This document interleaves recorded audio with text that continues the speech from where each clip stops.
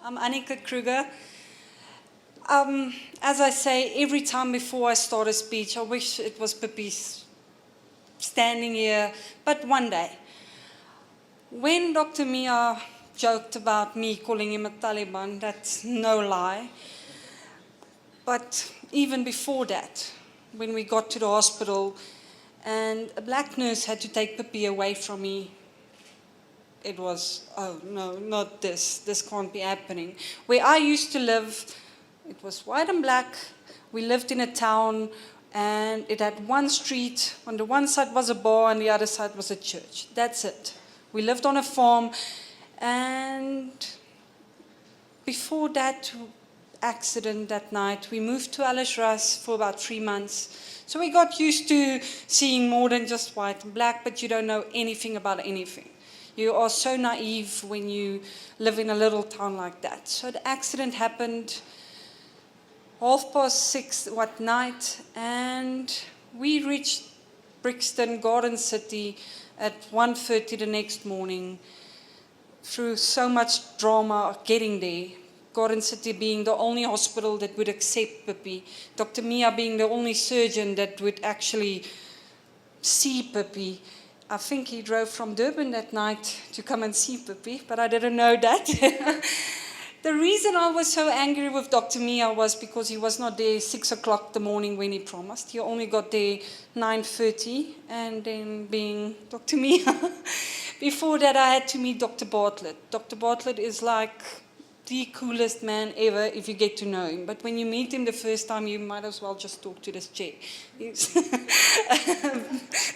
a closed person. We took Pippi in.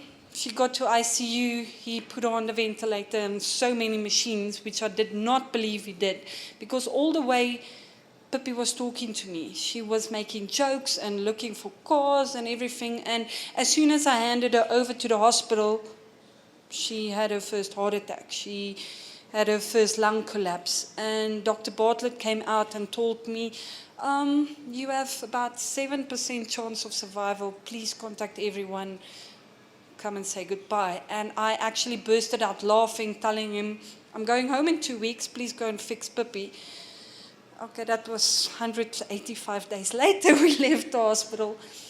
That next morning I met Dr. Mia. He got in Dr. Will Robertson, who told me that he's going to have to give Pippi illegal dosages of anesthetics so Dr. Mia can actually have a look at Pippi's wounds. And I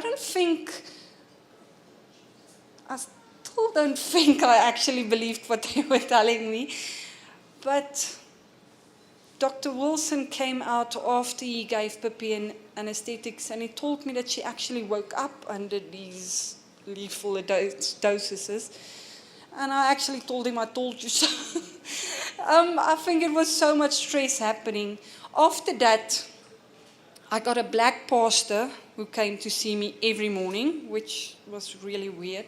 I had my Taliban doctor, I had Dr. Wilson, I had Dr. Bartlett, that is a scientist. We had some awesome chats. After that, I met some Hindu lady. Pippi's one doctor, Dr. Levi, he was actually a Jew. So it was this big mix of so much awesomeness happening so quickly that I don't think I actually had time to realize what was going on. There was this one time when I actually really thought I was going to kill you. I walked past Pippi's room because Pippi could not leave the ICU to go to theatre. So theatre actually came to Pippi every time. And Dr. Mia was busy cleaning Pippi's wounds, and he was lifting up her arm and it was just bleeding. And I had to walk past and go and sit down and think about what this man has to go through every time. It was 2, 3, 4 times a week he had to do. In the end, it was up to 55 operations. After that, it just came to me that when you look for hope, you're not going to find it when you look for it yourself. You're going to find hope in the weirdest places. Dr. Mia giving me his telephone number was probably the worst thing he could ever do.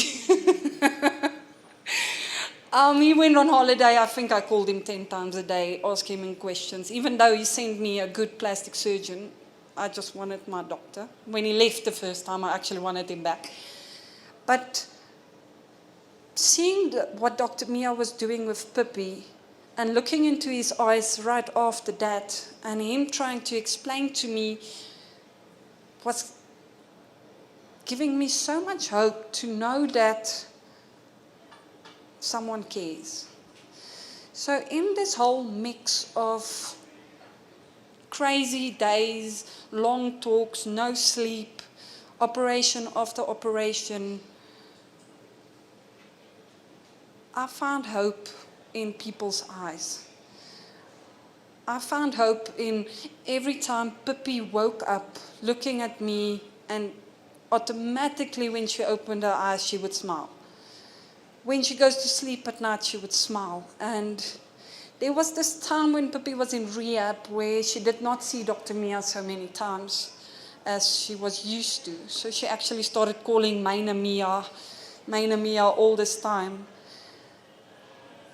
And that just makes you realize so much more that you can inspire anyone with whatever you say, but it's those little things in life that's going to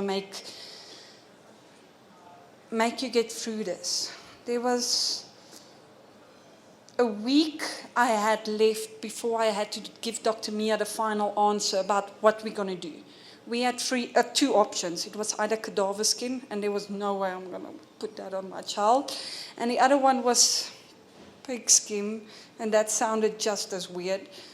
So he said that on the 1st of February, I must please give him an answer because she can't just lay there and they can't do anything. And it was that morning at 1 o'clock, I actually found the website about cloning skin. And obviously me, being a Christian, you're thinking, no, cloning, it can't be this. I can't have this as an answer. Praying, getting my answer. Can't wait till 9, 10 o'clock when Dr. Mia would show up giving him this. His face was pure shock at first. And then his eyes lit up. It was like light bulb, here we've got something we can do. It just gives you more hope. Then when you tell the next person and the next person, and you actually tell Pippi what's going to happen, and you tell your family and your friends, and the whole South Africa exploded with Pippi. Everyone knew about it. Everyone wanted to help. There were so many donations given. There were so many prayers. There was a phone call from China, which I still don't understand till today, but Pippi was mentioned. So when Sharon asked me to give hope tonight, I was just like, I don't know how to give it. I have to show it to everyone. I'm this cold-foot Macy right from the farm. And as I said, I wish Pippi was the one talking here. After 185 days in ICU, Pippi left, going to rehab. The first thing I heard when she got there is Pippi's going to be brain damaged. She's going to be a vegetable.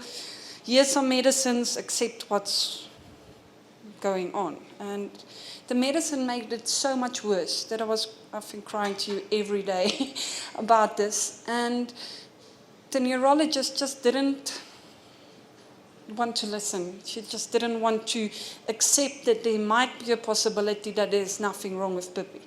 Yes, Pippi had 5 strokes. Yes, she had 5 heart attacks. Yes, there was some damage, but she's not what they were trying to tell me. So in a way, we got her off the medicine. And a week after Pippi said mama for the first time, I started crying so badly that she didn't say anything for a month after that. And when she started again, it was papa and mama and Boetie, and her biggest word now is Bobbejaan, and stuff like that. There is always something out there that's going to make something better. It's in your darkest moments that you see the biggest lights that you won't believe. And I'm not going to stand here and talk for hours. I'm going to bring Pippi forward so everyone can see my miracle. And then through her, I hope I can give you hope and inspiration.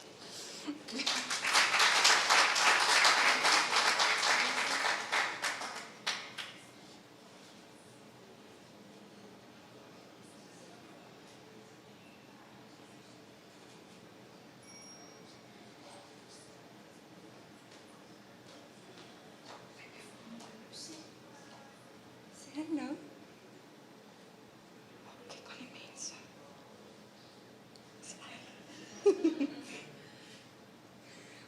I hope through this I can give you the hope you came for, and I can inspire you. And please, as Dr. Mia said, read the book. There's a million stories I can still tell you. There's a million things I can still share with you. But through that book, it's a good start.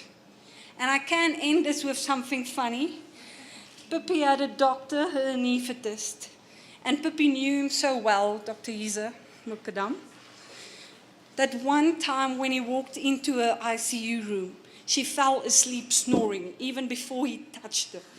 So, so that's trust in a doctor. Thank you, everyone.